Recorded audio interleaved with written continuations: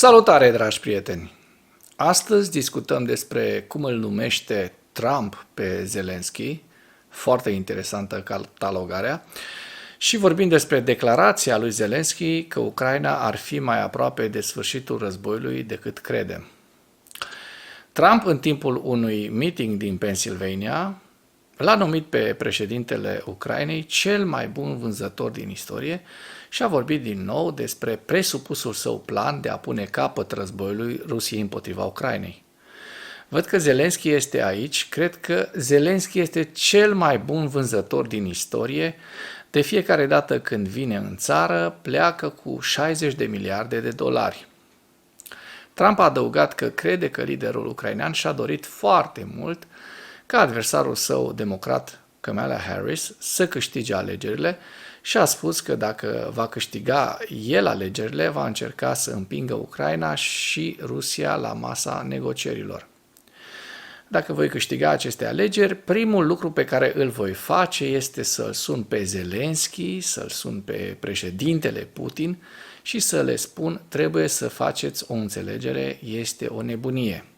Observați cum se trădează Trump, numindu-l pe Putin președintele Putin, în timp ce președintele Zelensky este doar Zelensky. Comentariile lui Trump vin în vreme ce Zelensky este programat să se întâlnească joi cu Kamala Harris și cu președintele Joe Biden pentru a-și prezenta planul de victorie. Ziua 944 a războiului din Ucraina.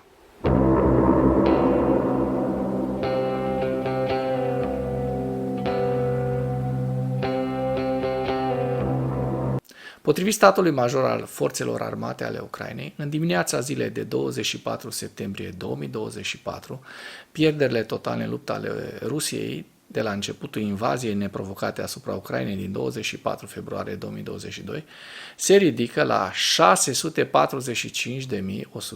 de militari.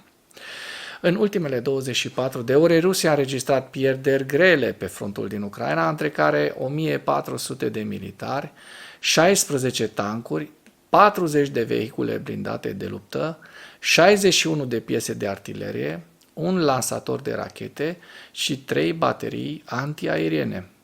Președintele Zelensky, într-un interviu pentru ABC News, a spus că războiul Rusiei împotriva Ucrainei este mai aproape de sfârșit decât credem și decât cred mulți oameni și a cerut aliaților să întărească armata ucraineană.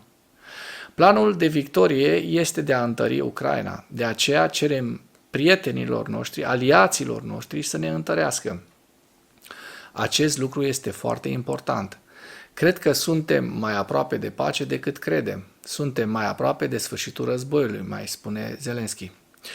Publicația notează că Zelensky a făcut apel în mod repetat la Statele Unite și Marea Britanie pentru a ridica restricțiile privind utilizarea rachetelor cu rază lungă de acțiune pe care le-au furnizat Ucrainei, pentru a atinge ținte adânci în Rusia. În același timp, dictatorul rus Vladimir Putin a avertizat că folosirea armelor occidentale pentru a lovi ținte rusești va fi văzută ca o escaladare gravă a războiului și o provocare directă de către țările NATO împotriva Rusiei. Solicitarea lui Zelensky a apărut pe fondul unor lupte aprige în estul Ucrainei, precum și la câteva săptămâni după operațiunea Ucrainei în regiunea Kursk din Rusia. Zelensky a mai spus că Putin se teme de operațiunea de la Kursk. Dacă până în acest moment ai găsit informații utile în material, contribuie cu un like și cu o distribuire a acestui videoclip pentru a ajunge la cât mai multă lume.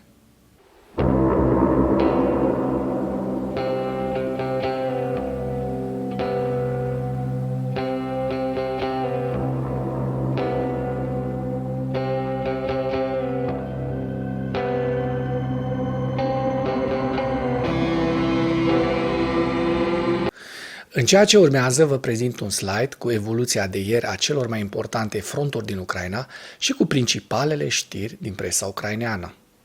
Hărțile sunt creația Institutului pentru Studiul Războiului. Pentru mai multe informații, accesați link-urile din comentarii.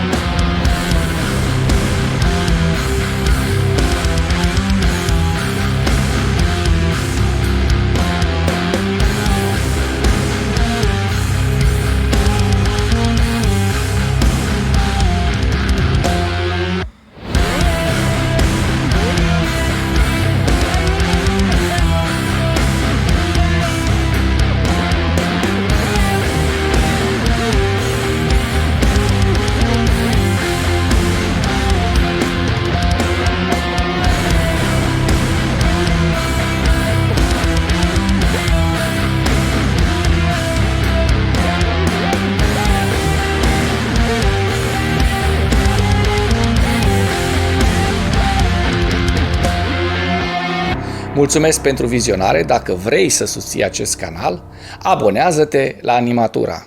Apreciez mult asta.